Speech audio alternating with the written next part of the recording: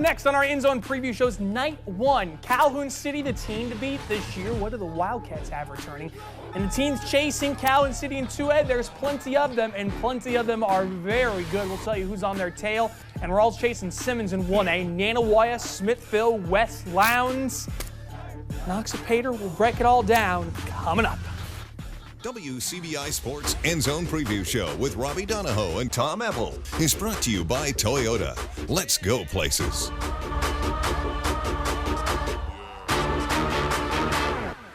Welcome into night number one of our EndZone Preview shows.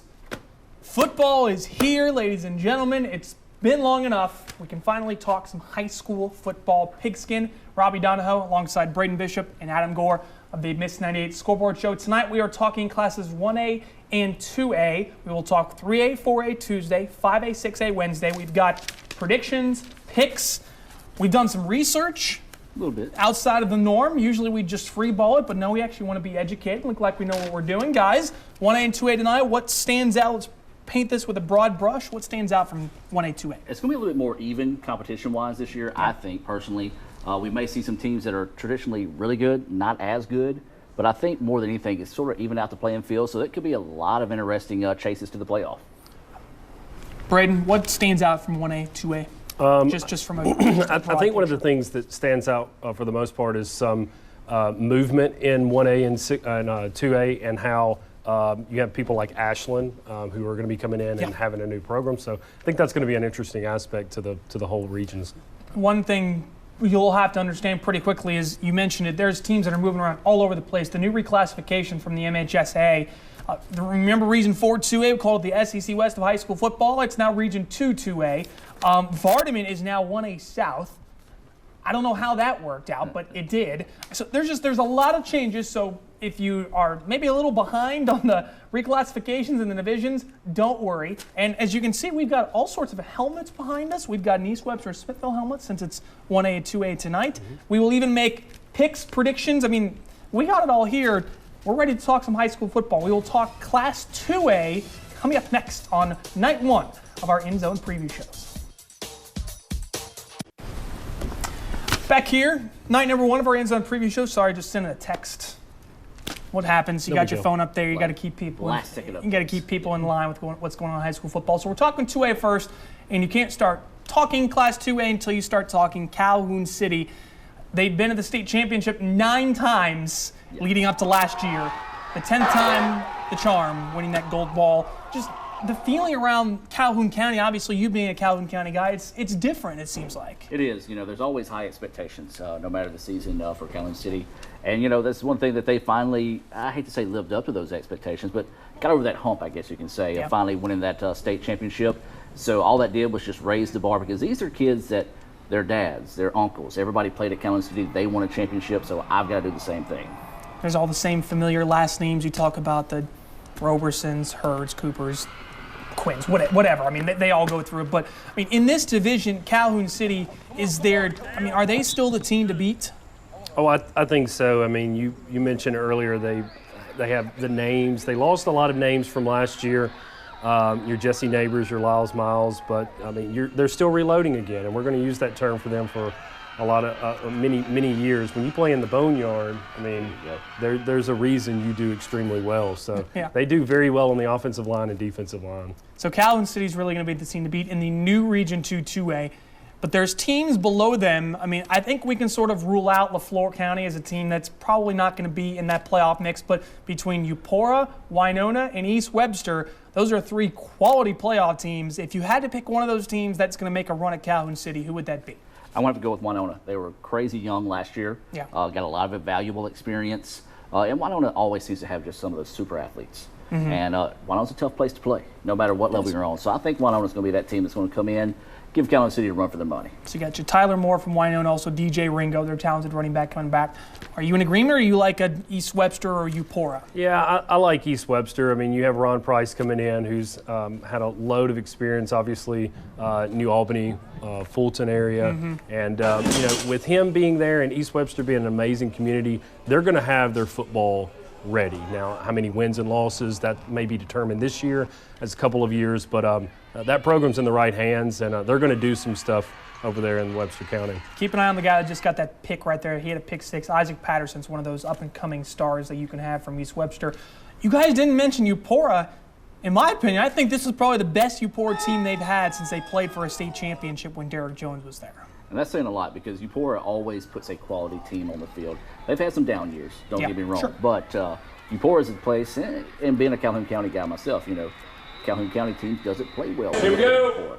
So, that could set up for an interesting tale depending on who plays where in those situations. But Eupora is always going to be a dangerous team whenever it comes to the playoffs.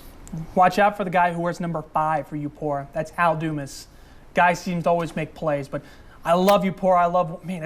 I like all those teams. And it's the new Region 2 4A, by the way. It's not a Region 2 2A. I don't know why I'm going to keep saying that. Region 2 2A is the old Region 4 2A, so hopefully you're not confused by now. But in Region 1 2A, it's changed a little bit. Baldwin's still in there, and Baldwin's still Baldwin.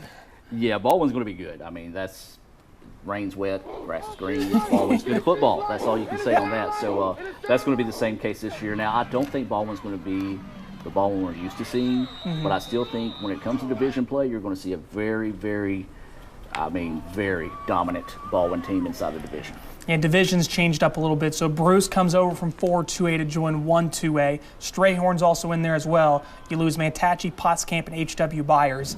Is there any, we say it every year, does Baldwin never seems to have very much competition when they get to division play. Is there any competition this year? Well, when you have a quarterback like John Sweeney for Baldwin, they're going to be really, really good. Yeah. And, it's not degrading any of the other schools that's in there, but you're going to have your East Unions and your Mantachis, and they're going to put up some wins. Mantachi going up to 3A this year.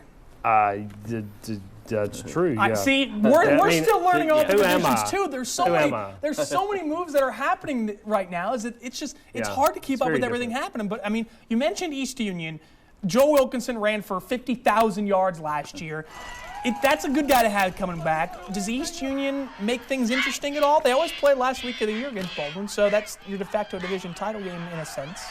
Yeah, the Wilkinson kid, he's going to put up some yards. You're going to see that. Pretty common from week to week. Some of our best fans on the radio show are some of the East Union faithful. So, yeah, you're going to have some teams that are going to step up in right there. Of course, Bruce. Don't forget about Bruce. What about Bruce? You're obviously going back to the Calhoun County aficionado here. New coach, Clint Faust.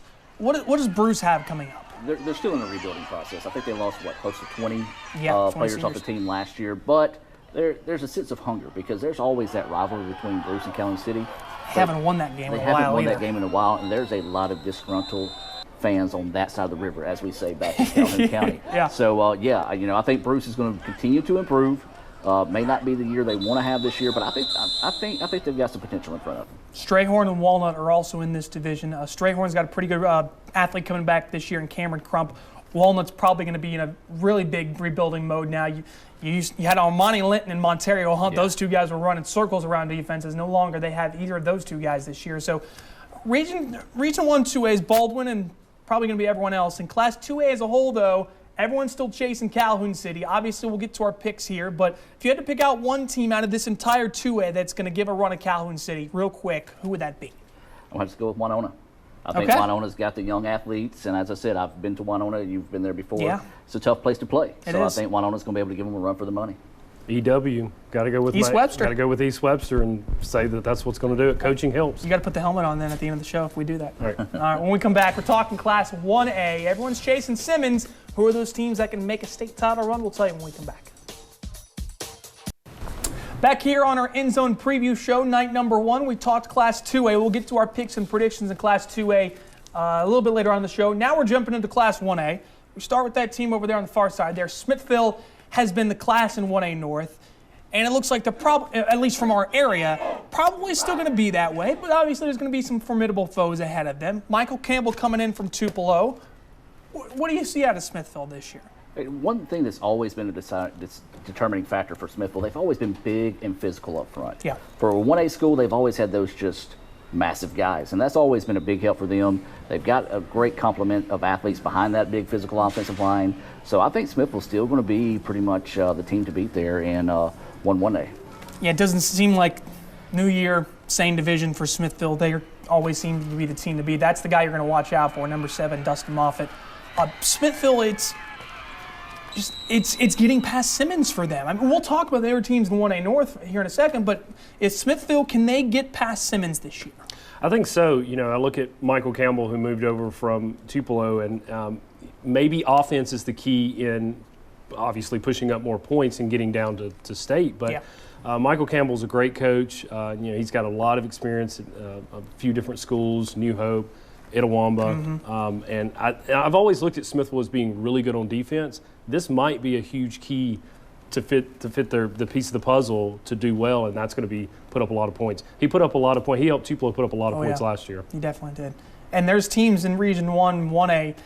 There's got some good ones. Oklahoma's coming down from 2A with Lamar Harvey coming over from Thrasher. TCPS is jumping into division play. That's kind of a sleeping giant in a sense. Faulkner's got a returning quarterback coming back. Those are probably those 3 teams are probably the teams that are going to give chase to Smithville. Out of those 3, what do you like out of those? I really like Oklahoma because they bring back so much experience off that 2A team. Yeah. So I think that's going to be a big-time determining factor, and they could have a bigger roster than some of these 1A schools, being a former 2A team. So they can wear some teams down. So I like Oklahoma. They've got a quarterback, I believe his last name's Collins, coming in that's going to help lead this team. So I think that could be a sleeper team that could come in and challenge Smithville. We got to see them a little bit in the Jamboree this past weekend. They looked pretty sharp. TCPS is in there, obviously. What about Coach Holliday? He seems like they went 7-2 last year, despite, playing an independent schedule, obviously different. But TCPS, a team that could possibly get in that playoff mix? Yeah, you look at their kind of road over the last few years, and I don't know. It's a very interesting. It's a very interesting way to design your schedule, and that brings up the whole new subject of teams being independent and having to play for certain things and the mentality. So they'll be an interesting team to watch this year. And I have to echo what Adam said about Oklahoma. It's hard to believe they haven't made the playoffs in 4 years. Yeah. They're one of the most talented teams in our area. Yeah. And in the 90s, Oklahoma was a dominant force. And you get to now, and it's just times have changed a little bit. But and also, Thrasher has a new head coach, super athlete, Sean Dalton Weatherby, that can go up and down the field. And keep an eye on Faulkner. You got a 2-year starter coming back, quarterback. Things can change there. Going down to 1A South, I think the team in 1A South people are going to obviously pick out immediately is Nanawaya, because you have Thunder and Lightning with Tomias Glass and Chris Smith. Those guys seems like they've been there for 5 years. They're still there. And I think Nanawaya is the team that's everyone's sort of picking out in 1A South. Yeah, I have an interesting pick on that later on that I'll share, but I do agree. I think Nanawaya, returning their top 2 rushers. And, you just look at the kid right there on your screen. That's Tomias Glass right there. That's Thunder. That's a big kid. He's a big dude. For 1A football. Yeah. And you look at him, it's just that's a special athlete on that level. He's going to be he should be getting all sorts of offers. Chris Smith is a Louisiana Lafayette commit. You see him right there. Noxapater, French Camp, Hamilton, Vardaman, West Lowndes. This is a loaded division, and there's a lot of really good teams, and Sebastopol's bringing back a ton from last year as well. So who pushes Nanawaya for that top spot in the division? This is going to be an interesting just setup, because you're going to have a lot of teams that are playing and vying for that 2nd, 3rd, and 4th seed right there. You've seen a lot of noise out of Vardaman. You've seen a lot of noise out of West Lowndes and Noxapater. I think that any of those are going to kind of be interchanged for the most part, especially in that. But, Thunder and Lightning, y'all. Look at those highlights. That's scary. That's really scary. That's scary for 4 and 5A teams, y'all. It is. Biggest question mark will be up front for Nanawaya. But if there's a team out of that, I think French Camp's going to be pretty good, in my opinion. I think Noxapater is going to be pretty good. gosh, I can go through all these area teams. I mean, there's going to be some serious talent that's going to give chase to them. What's one team out of that mix that you like that's going to give the Warriors a run there? Well, team out of the area, I like Sebastopol because they're bringing back a lot of guys. But I do like Knox-Pater, French Camp. I think they both compete well, especially since French Camp is bringing back a lot of kids from last year's Ton team. of kids, yeah. So, that experience level is going to be huge when you go back and look at it. And when you talk about that, you got to look, I think, 14, 15 guys returning to Vardaman. Yeah. So Vardaman will continue to get better. And that's another proud Calhoun County team that's used to success, ready to see get back on that level. French Camp, watch out for the kid wearing number 1, Kendall Coleman. Knox-Pater is going to be in that mix. They lose Kiki Daniels, but you still got your quarterback coming back in James Hunter Stallcup and DePadre Coburn and Malik Miller. It's going to be hard to pick 4 teams out of this division to go to the playoffs. I mean, how do you do it? You play the game, Robby. Boy, wisecracking's here from the guy to my left. All right, Analysis. we're going to be picking division champions, who's going to win state championships, what order these teams will be finishing in divisions, all of that. It's all coming up next here on our EndZone preview show. We're going to start with 2A. Hey, welcome back, everyone. Planning it This as we go. is a high-quality production we're putting together here. That's what happens when you get with these two guys from the Miss 98 Scoreboard Show, Braden Bishop and Adam Gore. We are making our predictions now. We're going to start in Class 2A, Region 1. I guess we can just say Baldwin's going to win this division. Who finishes second? I've got Bruce. I Really? believe in the Trojans. I know a lot of people may laugh when I say that, but I think Bruce is kind of getting things together and going to make some noise, and I think they're going to be able to pick up just enough wins to somehow sneak in that number 2 spot. Who finishes second in Region 1? Let's go with East Union. Okay. That's who I'm with. I too. like East Union on offense, and they put up some rushing numbers. And again, we always see a lot of numbers on that side of football. Especially in 2A when you have a guy like Joe Wilkins. How many yards he rushed for? 2,443 yards last year and 31 touchdowns. He came in second in our EndZone Offensive Player of the Year award. So that should tell you just about everything you need to know about the guy wearing 21 for East Union. Who wins Region 2 4A? Is it Calhoun City or are you going with someone else? Calhoun City. Calhoun City? Yep. Okay. Who finishes second? I think that's the biggest question mark. You really like Winona. I do, and I'm going to go with Winona. I think it's going to be between Winona and maybe Eupora. I went for that number 2 spot, and I think Winona's got just the edge over the Eagles. You like East Webster. East Webster. You can put on the helmet? Let's do it. All right. It's going to fit. It's probably not going to fit. Oh, it does fit. Sure does. All right. All right. So East Webster, you have them finishing second in Region 2. I've got Winona and oh my gosh, can you pour Winona finish in a tie? Honestly, Technically, I yes. mean, Probably. technically they could, but man, that's a tough pick between. I mean, I think we can all agree Calhoun City is going to be the team to beat in that division, but 2, 3, and 4, that's. I don't know if you can really go wrong with any of those 3 teams. And really and truly, these teams are going to be so competitive this year behind the number 1 spot. Right. I think it's going to be one of those, depends on who has a good night. If an injury, a kid has to sit out or something like that, that's going to be the decision-making factor in those ball games. 2A state championship. Who wins it? You know where I'm going. Calhoun City over Bay Springs. Over Bay Springs? Yes. Rematch from last year Yes. then. Okay. Going with a rematch. 2A, who do you have winning it all? Yeah, let's go with City. I mean, it's Again, so back-to-back here. Yeah, I know I've been down there 2 out of the last 3 years in the semis or quarters, and it's a really fun place to go if you've never been, especially when they're playing for something big like a championship and back-to-back. Yeah, I agree with you guys. I have Calhoun City over Pisgah. I will say, keep an eye on Philadelphia. That's a really good team in 2A North. Baldwin West Bolivar also pretty good. All right, Class 1A. 1A North. Who comes out of 1A North? Is it going to be Smithville or is it going to be Simmons? Or is it going to be someone else? Okolona maybe? Yeah, I got Simmons. I think Simmons is going to still flex that muscle, still be Simmons. But I do think Smithville's going to win the region, and they're in that 1-1A. Okay. Do you have Simmons coming out of 1? Yeah, we're going to go with Simmons again. It's one of those, when we stand up there and do the brackets at the end of the year, it's always Simmons. They're always in there. They beat a team 98-18 last year. Ah. Still disgraceful. I still don't like that at all. Yeah. So, honestly, I'll be cheering for any team in 1A North that gets them in the playoffs because I would love to see them fall just because you just don't do that in football. So I have Simmons coming out of 1A North as well. I will say I think Smithville has a really good chance to beat him, and keep an eye on Okolona. I really like Okolona, what Lamar Harvey has coming back. 1A South, is this Nanawaya? You have an interesting reasoning behind Region 3 1A. I do. I've got Sebastopol winning the region, Nanawaya getting them in the playoffs, and Nanawaya actually winning the state championship over Simmons. And that's happened before. French Camp's finished, I think, second or third in this division before, and they've won a state championship. So sometimes it's just getting hot at the right time. So who wins? Does Region 3 still for you, Nanawaya, or is it Sebastopol or someone else? Nanawaya. I mean, when you have grown men playing behind the offensive line like that, I mean, goodness gracious, they're just Nanawaya. Yeah, they're good. Like an adjective, Nanawaya. All right, so state championship game. I think all three of us have Nanawaya and Simmons. Who do you have winning? I've got Nanawaya. Nanawaya. Man, consensus across the board. Calhoun City winning 2A and Nanawaya winning 1A. We were actually pretty dead on last year with our state championship picks, so maybe, hopefully, a good sign, good vibes for both Nanawaya and Calhoun City. Obviously, we'll see how it all plays out. We're going to put a bow on this show. Day 2, night 2 coming up tomorrow. We will talk about that here in just a moment, so stay tuned on our EndZone preview show. All right, we've got our helmets here. 3A, 4A coming up tomorrow. They've got their 4A helmets, Pontotoc and Itawamba. Obviously, we're talking much more 3A, 4A tomorrow night on our EndZone preview shows. 5A, 6A on Wednesday.